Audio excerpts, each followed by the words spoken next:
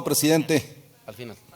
Adelante, diputado. Diputadas y diputados, hace 2 semanas se cumplieron 5 años de la toma de posesión del licenciado Andrés Manuel López Obrador como presidente de la República. Por tanto, considero que a estas alturas podemos hacer un balance sobre la cuarta transformación, puesto que el propio mandatario ha expresado que no dejaría ni una sola obra pendiente. Sin embargo, por obvio de tiempo, solo mencionaré algunos temas en que se ha avanzado y lo que aún falta por hacer. Para poder evaluar la obra realizada dentro de lo que el presidente ha denominado la cuarta transformación de la vida pública de México, haré mención de algunas demandas que como Frente Social por la Soberanía Popular le planteamos al licenciado López Obrador cuando era candidato y nuestros compañeros intervenían en sus mítines. ¿De qué tipo de medidas hablamos? Lo primero y más urgente para nosotros era fortalecer la economía en manos del Estado, entre estas, una reforma fiscal profunda que grave el gran capital y libere a los trabajadores y pequeños empresarios y la recuperación de las empresas y ramas de la economía que son estratégicas para la soberanía y el desarrollo propio que fueron privatizadas en la etapa neoliberal. Si bien el presidente obligó a las grandes empresas nacionales y extranjeras a cumplir con el pago de impuestos y modificó la legislación para acabar con la exención de impuestos, la reforma fiscal progresiva que grave el capital y no al trabajo quedó pendiente. Paralelamente a lo anterior, todas las medidas que mejoren las condiciones de vida de las masas populares y aumenten sus recursos económicos.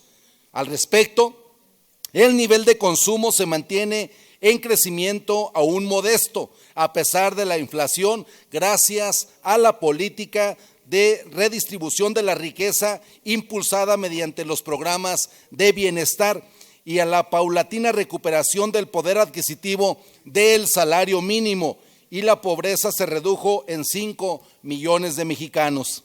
El precio de la gasolina en México se ha mantenido dentro de un rango de normalidad gracias al estímulo fiscal que estableció el gobierno y que ha evitado una escalada de precios en otros productos. El crecimiento económico ha pasado del uso del 1%, una cifra muy reducida, al 3%, que ya está dentro del rango de la generalidad de los países del mundo. El peso se mantiene fuerte en una cotización de alrededor de 18 pesos, lo cual refleja una notable estabilidad financiera ante el dólar. Otra demanda de la clase trabajadora era la revertir todas las contrarreformas y medidas que impulsaron los gobiernos en la etapa neoliberal, pérdida brutal del poder adquisitivo salarial, largas jornadas de trabajo, outsourcing, trabajos precarios, privatización de pensiones, topes salariales, violación del derecho a huelga. Podemos señalar algunas medidas benéficas para la clase trabajadora. En primer lugar, se impulsaron límites al outsourcing. En cuanto a la política salarial, ha traído avances importantes, pues de 2018 el salario mínimo era de 88.36, pasará a 248.93 y en 2024 a 374.89 en la zona libre de la frontera norte. En cuanto a vacaciones, con la reforma al artículo 76 de la Ley del Trabajo, llevada a cabo en 2022, en lugar de tomar 6 días mínimos de vacaciones al cumplir el primer año de servicio, ahora los trabajadores podrán tomar 12 días de descanso al cumplir 1 año y 1 día. Por ejemplo, un trabajador tiene 3 años de antigüedad en la empresa. Según la nueva ley, sus próximas vacaciones serían de 16 días en lugar de los 10 días que correspondían anteriormente. Asimismo, la nueva reforma laboral de vacaciones establece que por cada año de servicio se deberán incrementar 2 días de descanso, 2 por año hasta llegar a los 20 días. De esa manera, la cantidad de días aumentó, pues anteriormente el máximo era de 10 días vacaciones después de 5 años. Ahora, de alcanzar estos 20 días de vacaciones, se incrementarían 2 días más cada 5 años. Además, se actualizó el catálogo de enfermedades laborales.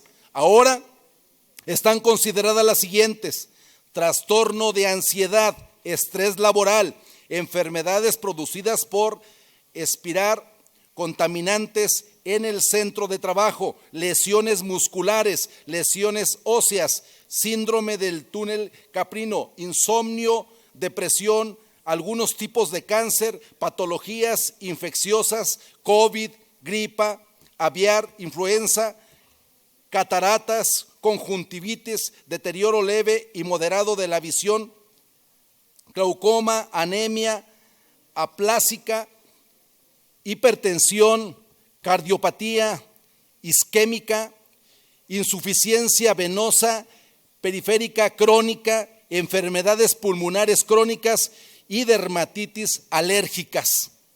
También se aseguró el cumplimiento patronal en cuanto a el reparto de utilidades.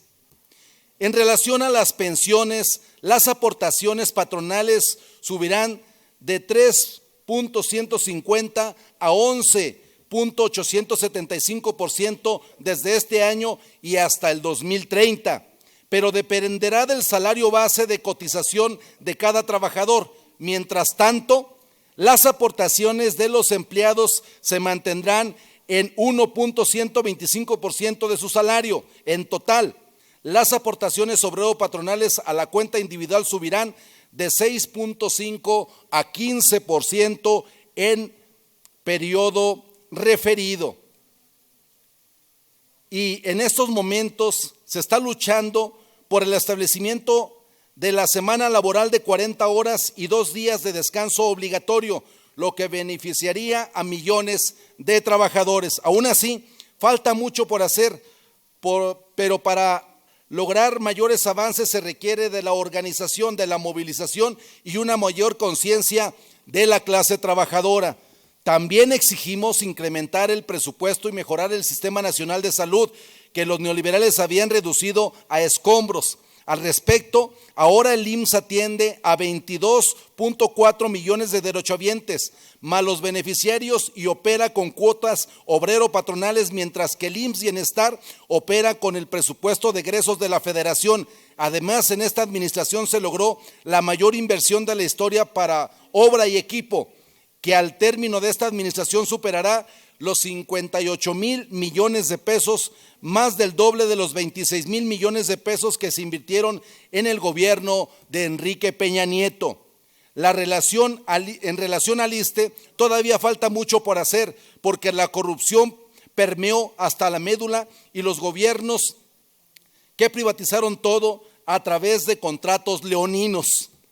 Otra exigencia fue abrogar la reforma educativa de carácter punitivo, impuesta por Enrique Peña Nieto. Se reformó en parte, sin embargo, no se ha echado abajo las contrarreformas de los demás gobiernos en esa materia. Se ha avanzado en el contenido de la currícula cuantitativa y cualitativamente, y se ha recuperado la parte de orientación conforme a lo señalado en el artículo 3 constitucional. Y el Estado volvió a hacerse cargo del contenido, impresión y distribución de los libros de texto gratuitos. Cabe señalar que se ha mejorado el salario de los trabajadores de la educación y sobre todo del personal de apoyo, cuyo salario había quedado totalmente rezagado, pero falta dignificar el trabajo magisterial. Se requiere que su salario aumente, que esté acorde a la elevada función que se cumple.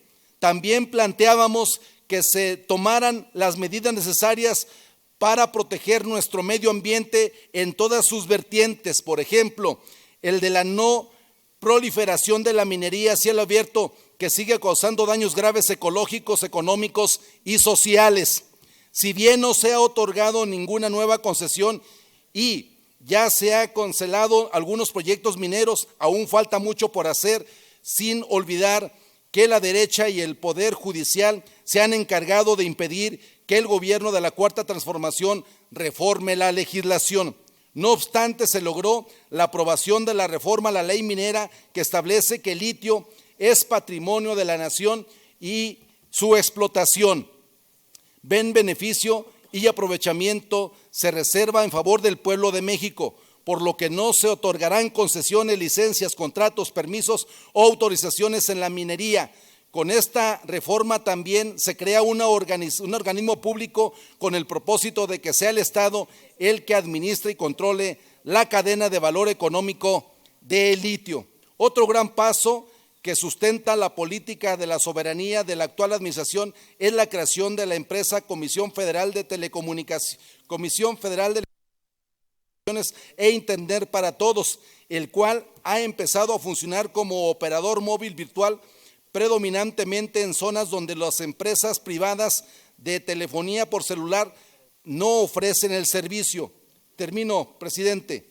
La importancia de esta empresa se acrecentará en cuanto más avances su presencia en el sector de comunicaciones, colocándose como principal empresa del Estado en garantizar el acceso a la comunicación e información para todo el pueblo de México. ¿Sería cuánto, diputado presidente? Muchas gracias. González Romo para Hechos. ¿Alguien más para Hechos? Se cierra el registro.